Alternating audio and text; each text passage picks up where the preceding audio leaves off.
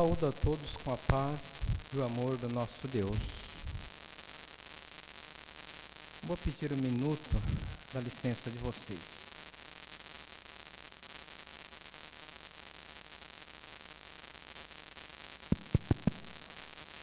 Bom, nós vamos falar um pouquinho hoje sobre reverência, sobre respeito.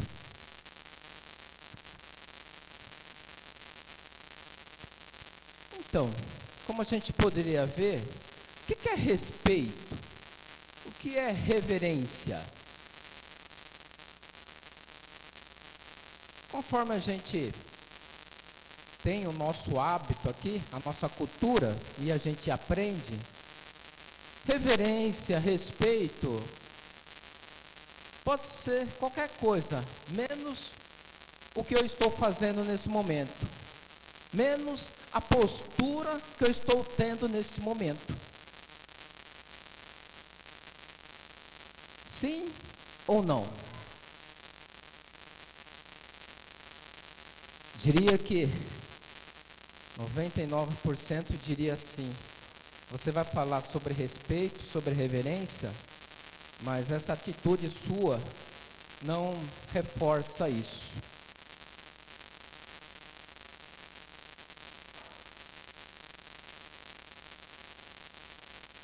Pois bem, o que eu quis demonstrar com isso? Que nós queremos ensinar, falar sobre reverência e respeito. A minha vida e a minha postura tem que ser condizente com essas minhas afirmações, com as palavras que saem de minha boca.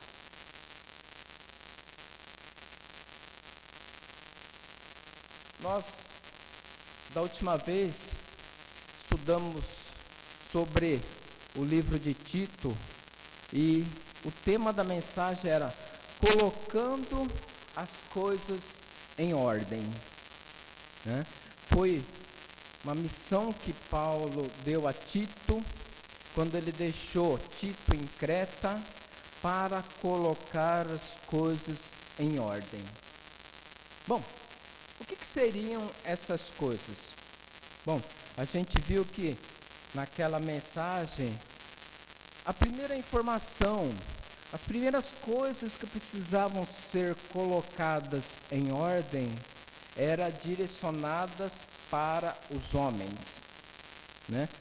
Homens da congregação, aos homens maduros, aos homens experimentados, né? Quanto aos homens idosos, que sejam, e aí existe umas qualificações descritas lá, que esses homens idosos devem ser temperantes, respeitáveis, sensatos, sábios na fé, no amor e na constância. Ou seja, todos devem estar buscando elevar, crescer a sua espiritualidade. Grande recado para os homens. Obviamente, a congregação, a igreja lá em Creta, não era feita só de homens idosos. Haviam também mulheres idosas. E é para as mulheres que Paulo fala a Tito, instrui a Tito. Olha, coloque as coisas em ordem e falem às mulheres, como você também falou aos homens. Deus quer um povo zeloso de boas obras. Deus quer um povo remido para si. E como povo, há também mulheres que compõem, que fazem parte deste povo. E qual é o recado que Paulo, através de Tito, transmite a essas mulheres. Assim como aos homens está dada a instrução de não só falar das coisas de Deus, mas viver as coisas de Deus. De manhã nós começamos a estudar sobre o livro de Tiago, e como o Lucas disse e bem disse, o livro de Tiago é algo muito prático, é a fé do cristão em ação, né? Como diz, como é que pode eu ter fé e não viver essa fé? Só falar dessa fé. É importante eu falar desta fé, mas também vivê-la. E assim como foi orientado aos homens, é também dada essa orientação às mulheres. Mulheres, professem a sua fé. E essa fé através de ações, através de atitudes.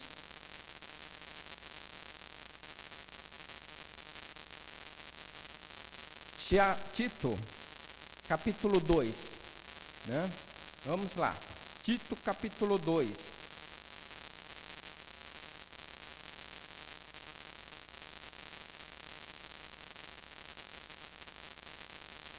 Tu, porém, versículo 1, fala o que convém a sã doutrina, quanto aos homens idosos, que sejam temperantes, respeitáveis, sensatos, sadios na fé, no amor e na constância. Ponto. Quanto às mulheres idosas, né, semelhantemente, que sejam sérias em seu proceder, não caluniadoras, não escravizadas a muito vinho, que sejam mestras do bem. Para que essas palavras estivessem aqui nesse livro de Tito, significa que eram instruções que deveriam ser dadas às mulheres. Você instrui para ensinar, você instrui para que o que não está sendo feito passe a ser feito, o que não é presente na vida das mulheres passam a ser presentes. Então, o que esse versículo diz especificamente para as mulheres? Mulheres.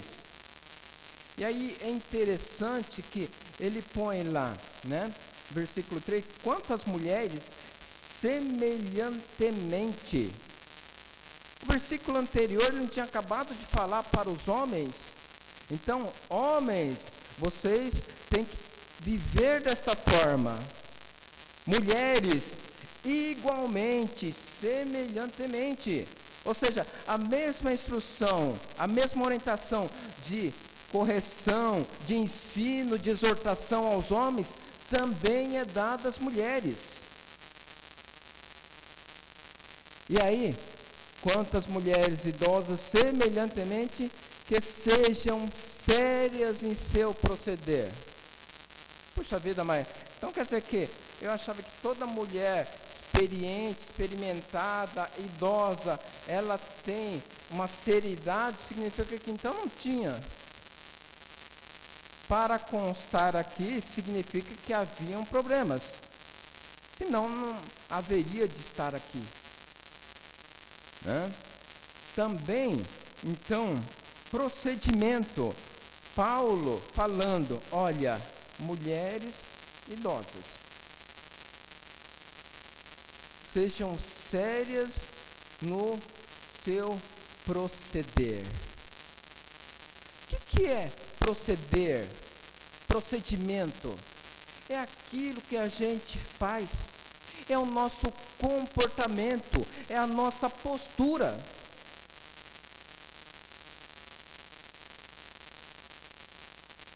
Comportamento que se observa no agir, no vestir, no falar, no viver e 3 pontos. Ou seja, em todas as áreas. deve haver esse procedimento sério, correto, aderente aos ensinos de Deus. Diz lá também, né, que além dessas mulheres idosas serem sérias no seu proceder, diz também não caluniadoras, né? O que é caluniar? O que é ser uma pessoa caluniadora? Se você procurar no dicionário, você vai ver caluniadora, né? É aquela pessoa que difama. Você fala, vai contra a fama daquela pessoa. Você deprecia, você desmerece, você desonra aquela pessoa. Caluniadora. Em outras palavras, e acho que talvez seja uma expressão mais conhecida de nós, que a gente conseguiria, né, traduzir nos nossos dias, no nosso dia a dia. E aí, está falando para as mulheres, mas também os homens têm que tomar cuidado. Fofocar. Quem já não fofocou aqui? Não precisa responder. Tenha uma resposta para você mesmo. Quem nunca fofocou aqui? Pelo menos uma vez na vida você deve ter. E nós devemos ter cometido esse erro. De falar da vida alheia. De desonrar a vida alheia. De desmerecer a vida alheia. E Paulo está falando, mulheres idosas, não é isso que é o viver cristão. Lembra que Filipenses 4 fala, olha, o que deve sair da boca de um cristão? Aquilo que edifica, aquilo que é bom, aquele que consola, aquilo que exorta as pessoas, aquilo que vai fazer com que as pessoas cresçam, os ouvintes cresçam. Isso é o que deve sair da boca do cristão, e no caso aqui, da cristã.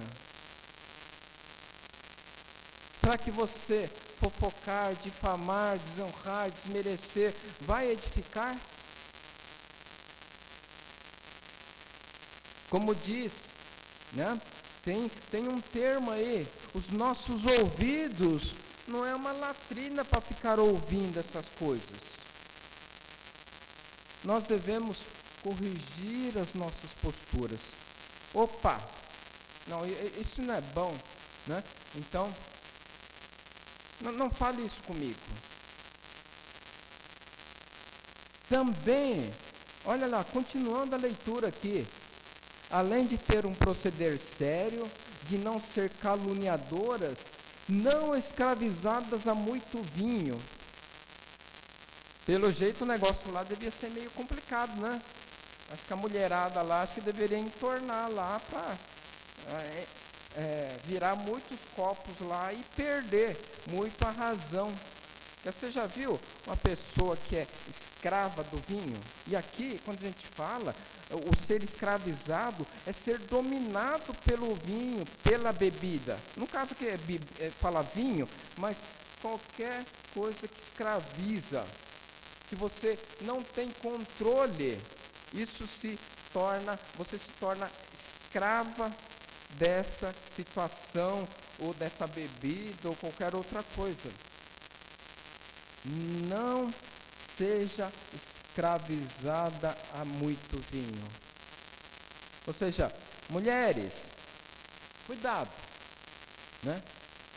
Você sabe que o que faz? Você já viu uma pessoa dominada pela bebida? Está falando vinho aqui, mas pode ser qualquer outra coisa, né? Tem pessoas que ficam muito desagradáveis começa a falar um monte de água, começa a falar um monte de besteira.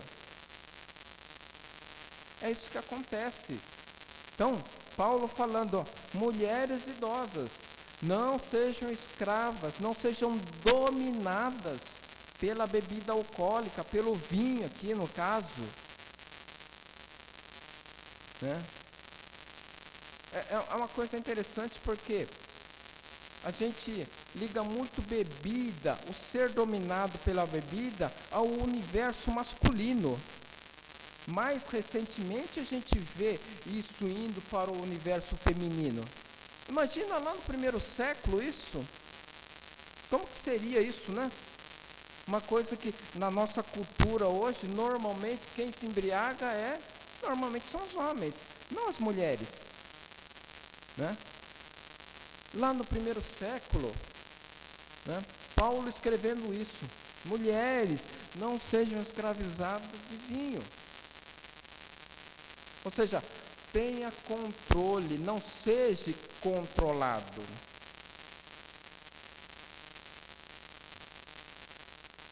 Provérbios capítulo 20, versículo 1, diz lá, o vinho é escarnecedor e a bebida forte alvoroçadora. Todo aquele que por eles é vencido não é sábio. Provérbios 20, versículo 1.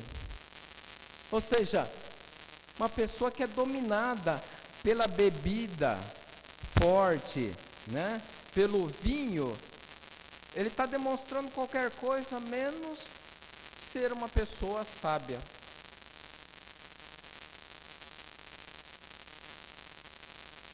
Além disso, guarde isso, né? O finalzinho do versículo diz: todo aquele que por eles, ou seja, o vinho, bebida forte, por eles é vencido, não é sábio. Muito pelo contrário, né? O contrário de sábio, né? É isso que a pessoa dominada está demonstrando. Além disso, vamos lá, né? Sejam mestras do bem. Mestras do bem. Bom, para ser qualificada como mestra, significa que é uma pessoa que já tem um viver, um nível mais elevado. Academicamente, vamos falar aí. Quem que é mestre?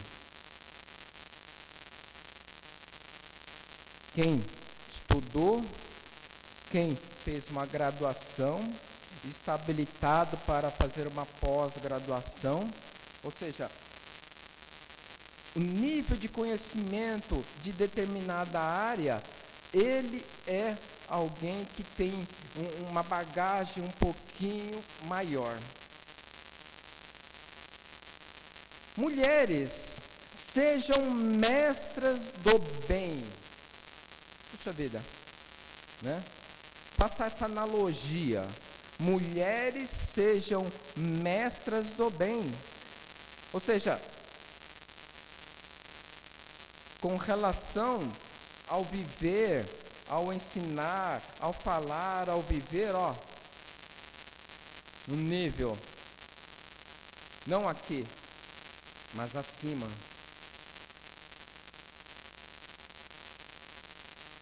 E aí, mestras do bem para quê?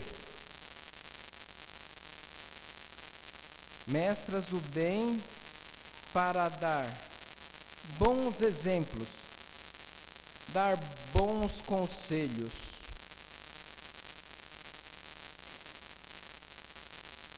Que bom, né? Que bom que nós tenhamos na congregação, e isso era o que Paulo estava incentivando a igreja lá. Que bom que cabelos brancos significam bons conselhos. A quem eu posso recorrer? a quem eu posso pedir conselhos na área feminina? Né? A essas mestras do bem. Porque essas mestras do bem, com certeza, elas irão dar bons conselhos. Elas são exemplos bons, positivos.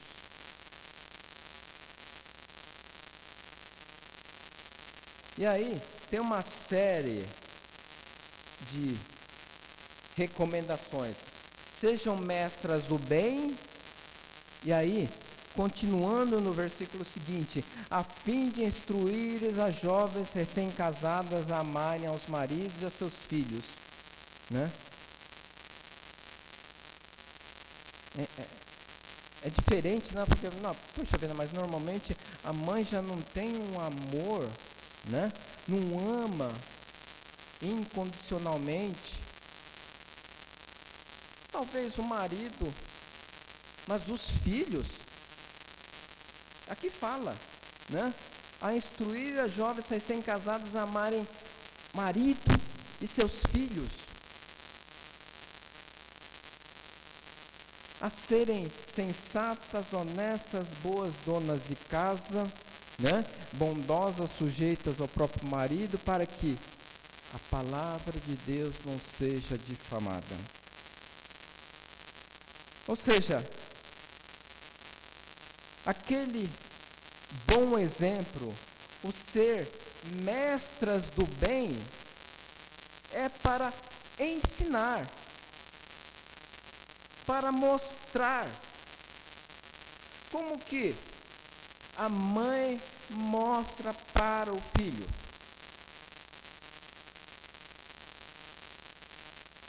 Caberia, igual eu comecei, falar sobre respeito, reverência, sentado, ou sendo uma boa mulher, sábia mulher, que é uma mestra do bem. E aí ela vai ensinar. E aí, essa série de ensinos, mas isso cabe ali, e de repente você traz para os dias de hoje também, né? Amar maridos e filhos, ser sensata, equilibrada, né? Ser honesta ou pura, né? Cuidar bem da casa, ser bondosa. Ou seja, não uma pessoa violenta ou que tem um gênio incontrolável. Uma pessoa sujeita ao próprio marido. É isso que as mulheres idosas, sendo mestras do bem, vão ensinar as mais jovens. E hoje, por causa dessa questão do movimento feminista, tem muito disso. Mulher tem que ser independente, mulher não pode se sujeitar ao marido, ao homem, etc. E vem um monte de corrente, né? Mas, ficando aqui, como diz, né? Aí é outra história, né? Mas, mulheres idosas precisam ser mestras do bem.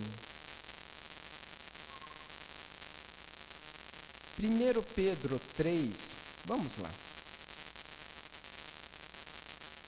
E é interessante que, se eu ler versículo: seja, porém, um homem interior do coração unido ao incorruptível, trajo de um espírito manso e tranquilo, que é de grande valor diante de Deus. Se eu ler só esse versículo aqui, poxa vida, está falando para os homens, né? Homem, né? Mas vamos ler do 3 ao 5, que diz o seguinte: não seja o adorno da esposa que é exterior, como frisado de cabelos, adereços de ouro, aparato de vestuário. Falando para as mulheres. falando para as mulheres. Seja, porém, um homem interior do coração, unido ao incorruptível trajo de um espírito manso e tranquilo, que é de grande valor diante de Deus. Pois foi assim também que a si mesmas se ataviaram outrora as santas mulheres que esperavam em Deus, estando submissos a seu próprio marido. Recado, né? Instruções dadas em Pedro para as mulheres.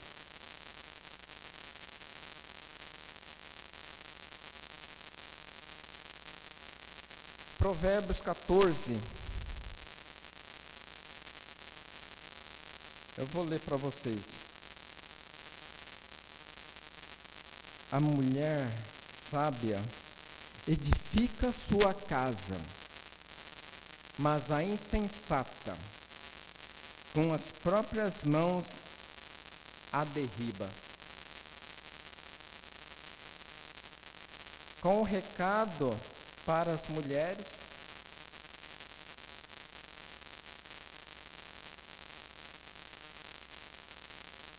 ter um reto procedimento, não caluniadoras, não dominadas por bebida forte, vinho, mestras do bem. Porque o bom proceder, ele enfeita, esse reto proceder, ele enfeita, ele embeleza a vida da mulher. E por consequente, a palavra de Deus.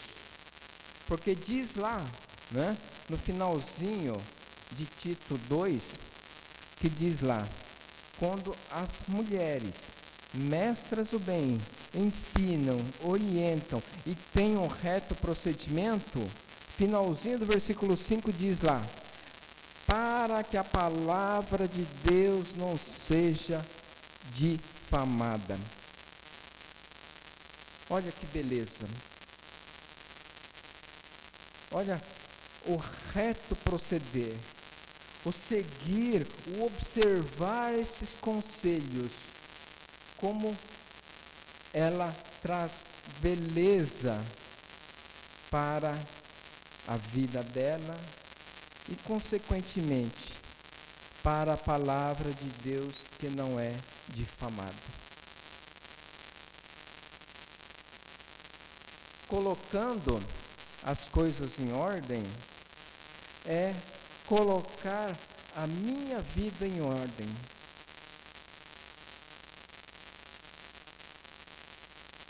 Jesus ensinou: eu corrijo a minha vida para que depois ajudar as outras mulheres. Colocar as coisas em ordem é um chamamento para que também as mulheres idosas sejam também modelos de sabedoria, modelos de sensatez, modelo de sobriedade, modelo de equilíbrio e modelo de fé. Que Deus nos abençoe. E especialmente hoje, as mulheres, para colocarem as coisas em ordem, para que a palavra de Deus não seja difamada. Que Deus nos abençoe. Amém?